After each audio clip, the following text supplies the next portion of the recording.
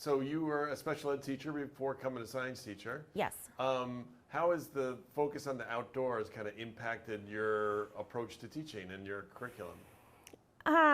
Well, when I was hired, I knew one of the job descriptions that Ben gave me was part of my job was to take outdoor learning and incorporate it into the science curriculum. So I knew I would be outside a lot.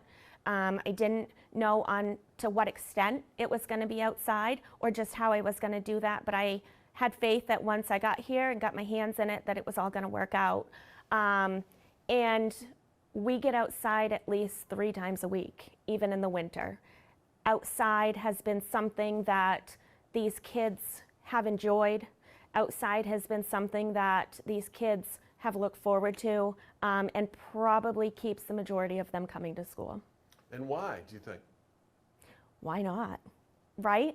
You can get outside, you can move, you can, the sunlight, the dirt, as you saw today, just being in the great outdoors. It's good for your mental health, it's good for your attention, it's good for so many things, versus in a classroom where you're expected to sit at a desk.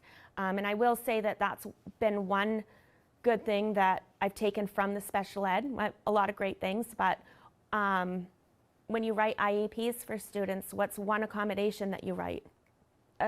Seating, right? Mm-hmm. Because a lot of kids, especially in middle school, can't sit in a seat for very long.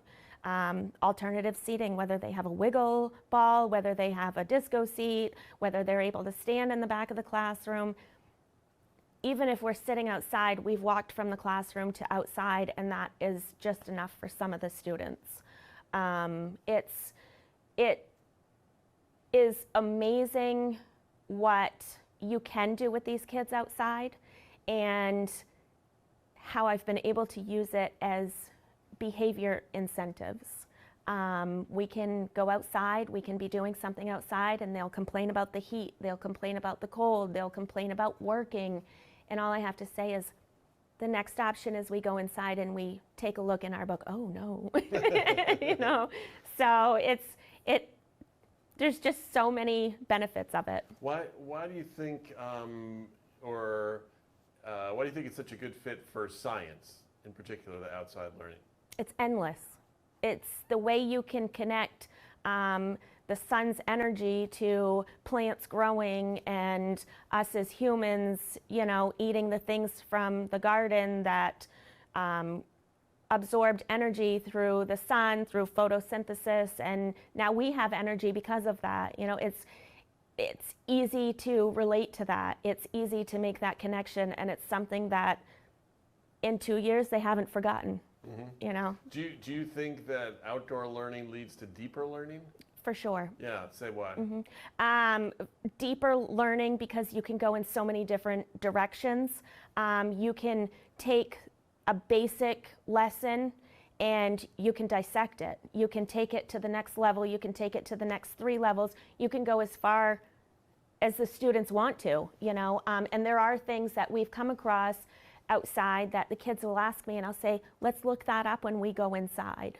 You know, one unit that we did, and it was outside, but we did it in here, is we did the chickadee unit, and they built birdhouses to the chickadee, for the safety of the chickadee.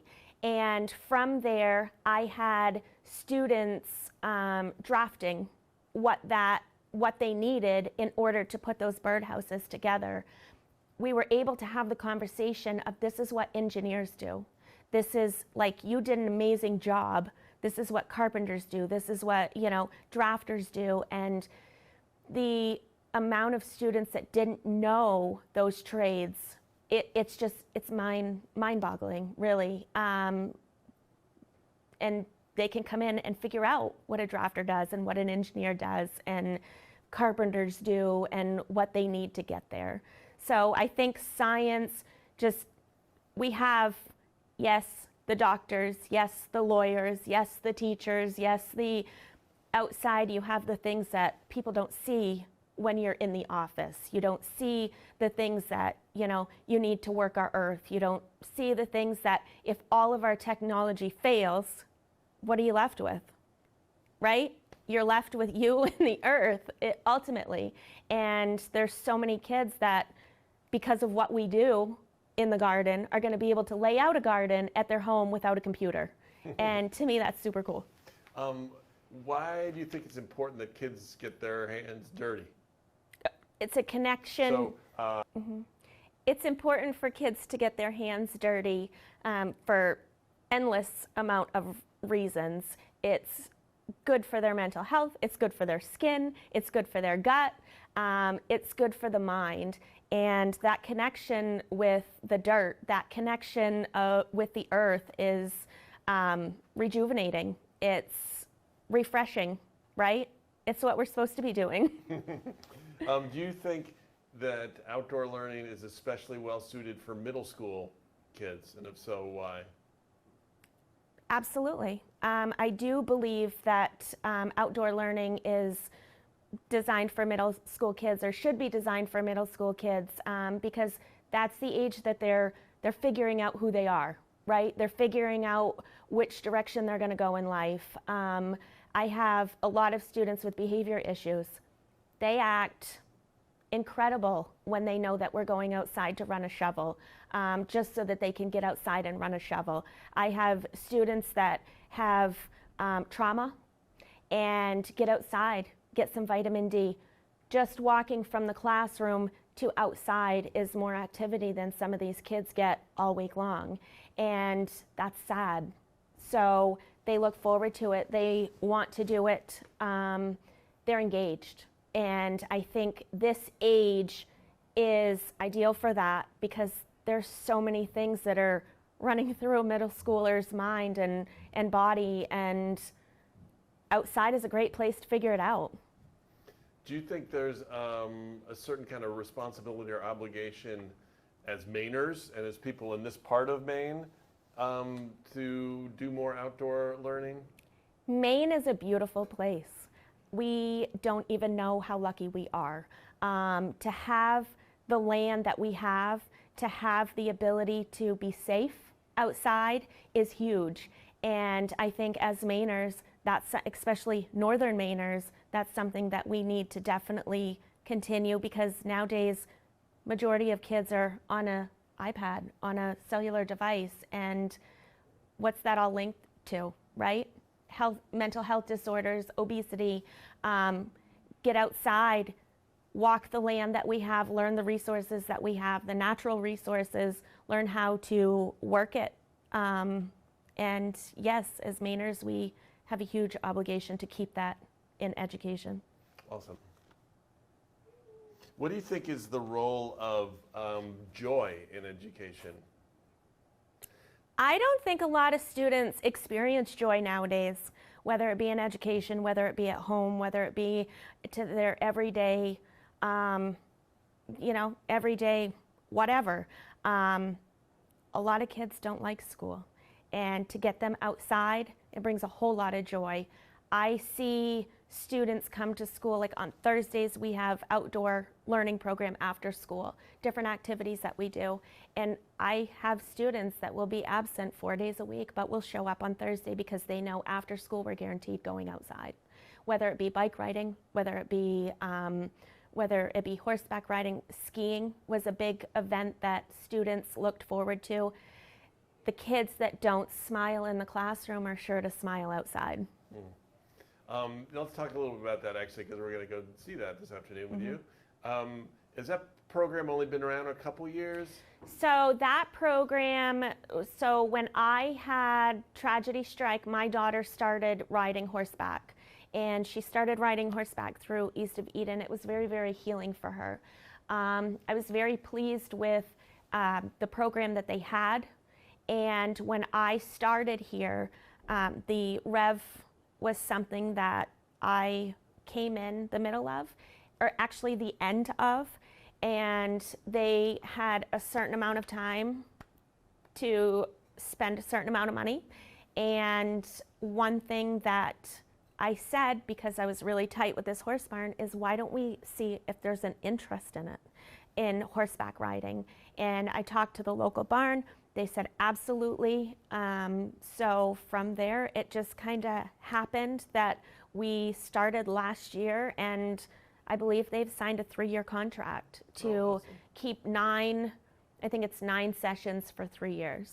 So, and the kids, it's the same kids every time, but the love that these kids leave there with is incredible. And what are some of the activities you do in Outdoor Club? Tubing is a big hit. We take the kids tubing in the back. They love it. We go bike riding. We walk the nature trail. We'll do maintenance on the nature trail. The garden was something that I tried to incorporate last year, but I think what happened is we gardened all day and they were done by the end of it, you know. But fun. That's what they look forward to. I believe Caroline took them rock climbing. That was a big hit as well. So we took them ice skating last year. So Awesome. yeah. What do you think is the best evidence of the success of your outdoor learning program?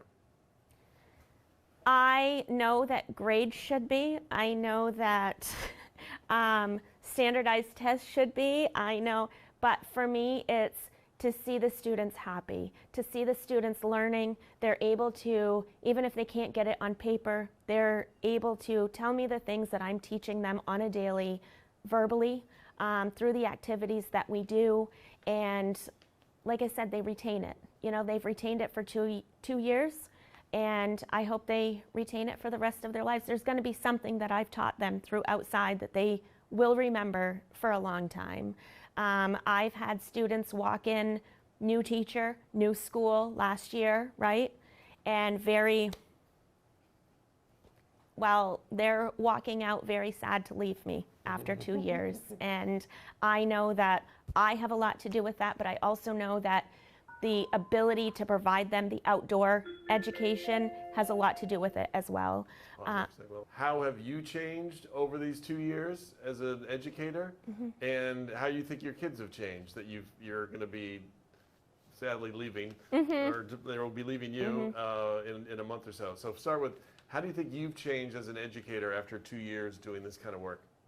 Well, I think going from special education to science in general, right? You're going from the special education to the regular education. That has changed in itself.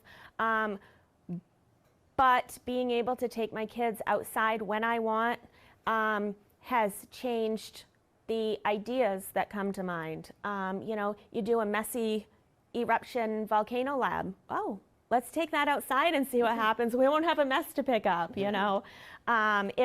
It's really made me think about how can I present this differently and how can I make that connection so that the kids get it and hold on to it. But you can do anything outside, even if it's take a book and read under a tree, you know, and listen to the birds. Not everybody's open to that. Not everybody's like that. And I'm an outside person. I'm outside from the time I wake up until the time I go to bed at 10, 11 o'clock at night, you know. And I have to remind myself that not everybody is, which is hard. But do you think everybody should be? I think everybody should be outside for at least 1 hour. At least 1 hour every day you should be outside with no computer screens, no tasks to do, just 1 hour and sit outside and see what it will do for you. You know, sit on the ground, get dirty, get your hands dirty, get your feet dirty, you know, and see what it does for you. It's been very healing for me, and I know that I have a lot of trauma students, and I know that, listen, this has helped me. I'm very open with my kids to a certain, you know, level, and they know that I've been through some stuff, and they know that they look up to what I do to heal and what I've done to heal, and I see them following. It's nice to bring to the table, it's nice that students in the classroom don't say boo, right? And outside they're telling me that their chickens hatched, and they're telling me that, you know, that they used to do that with their grandmother back in the day, or, you know, so it's nice to connect with the kids on that level. I have a little girl that when she started with me, she moved in halfway through the year last year. And when she started with me, she was very quiet, very reserved. I didn't know her story. She didn't know my story. And I'll never forget her. She sat in the back of my room here, and I thought she was not answering me out of defiance. So she would sit in the back of the room, and I remember I thought it was defiance, that she wasn't responding to me. She wasn't answering. I didn't know what she could do, what she couldn't do. She was giving me nothing, you know. So naturally, you push, you know, to see, is it behavior? Are you choosing to not, or do you just not know it? Because if you don't know it, we'll take a look at how we can get you to know it. And she left one day and she wrote in my desk, I hate Mrs. Levitt, which was what my name was at the time. Well, me being me, I've seen it all, I've heard it all. There's nothing that you're going to do that's going to crumble me, right? And but I called her out on it, and the principal called her out on it, and she at first did not own up to it. She finally admitted to it, being the only person that sits in that chair, you know. And since then, she's one of my most loving, most caring students. She writes me thank you letters every day. So I've really had a breakthrough with her and I'll give outdoor learning credit for that because she's very hands-on. And I think that once she learned that I wasn't the bad guy, right? I just needed you to show me what you can do. And now she's able to go outside and show me through what we do out there, what she can do. We've bonded, we've built a relationship, and actually word is she's moving, and that's very sad for me and her. We've definitely connected. So it went from a hate to a love, and she'll bring me Hershey Kisses every morning, you know, just every day she has to. And I know that that little girl comes to school 98% of the time because of me. Because she doesn't have that connection with anybody else in this building. Super powerful. What else do I need to know about your curriculum approach, or anything else you want to make sure that we understand? I think it's just going to continue to grow. This is year 2. Last year, so last year, Caroline and I worked together in the beginning, right? It was new for me, new for her. And then Caroline went out on maternity leave. So we didn't work together at the end of the year last year when all of this was happening. And I learned a lot from Caroline every single day. She's very, very intelligent, and she's very knowledgeable of the science curriculum, which that's my weakness, right? So I can go out and garden, I can manage a group of kids, but to figure out how that goes back to the science and the formula and everything else to that, it's not as natural for me. So I learn through Caroline in that aspect. Do you have any advice for other schools that might be thinking of trying to take on more outdoor learning? Should they or shouldn't they, and then why? So I will tell you, MSAD1 is a large school. I don't believe it would have been easy to do this over there because you have so many liabilities. It would have had to be a very reserved, very classroomy, very small. We wouldn't be able to just walk out to the nature trail, with that large because of parents or for whatever reason. So I think the small, intimate school helps with what we do. But if you have that small, intimate school and you have the means to do it, do it. You're going to have a lot of happy kids. Awesome. Anything else? I love my job. I love what I do. I could talk for hours, but I'll finish by saying before you guys came, the students were very, we prepped them, right? Ben didn't think we needed to, but we prepped them. And I mean, there's a camera in our classroom. You're not going to get much out of them if you don't prep them. Yeah. And well, why are they coming here? Why did they choose here, And I said to them, guys, because you don't understand, not all schools are able to do what we do here. Not all schools are able to take a class in a trailer full of canoes and go canoe down the river. And I said, and let's be real, I said, how many of you come to school every day because of science? And there was not one student that didn't raise their hand in both of my classes. Wow. So that was an impactful. Clear evidence. Yes. Yes. Mhm. Yes. Well, you guys are doing awesome work. And Thank just you. say, well, I'm going to ask you, why do you love your job? Last question. Why do I love my job? For one, I can come here and do what I love. And they make it really easy to entertain my shenanigans, is what I tell, thank you for entertaining my shenanigans. I do a lot of thought processing. I do a lot of, Hold on a sec. Hold on a sec. I do a lot of thought processing. I do a lot of thought processing. I do a lot of thought processing, and I do a lot of lesson planning at night. Like, how can I make this better? How can I, how can I add to that? And when I come in the next morning, I'll talk to Caroline. She goes, I was thinking the same thing, or that's a great idea, So it's easy to love what you do. There are many days that I wanted to put my head under a pillow and just grieve. And I said, you know what? You're going to garden all day. Get up and go play in the dirt. So I've found my happy place.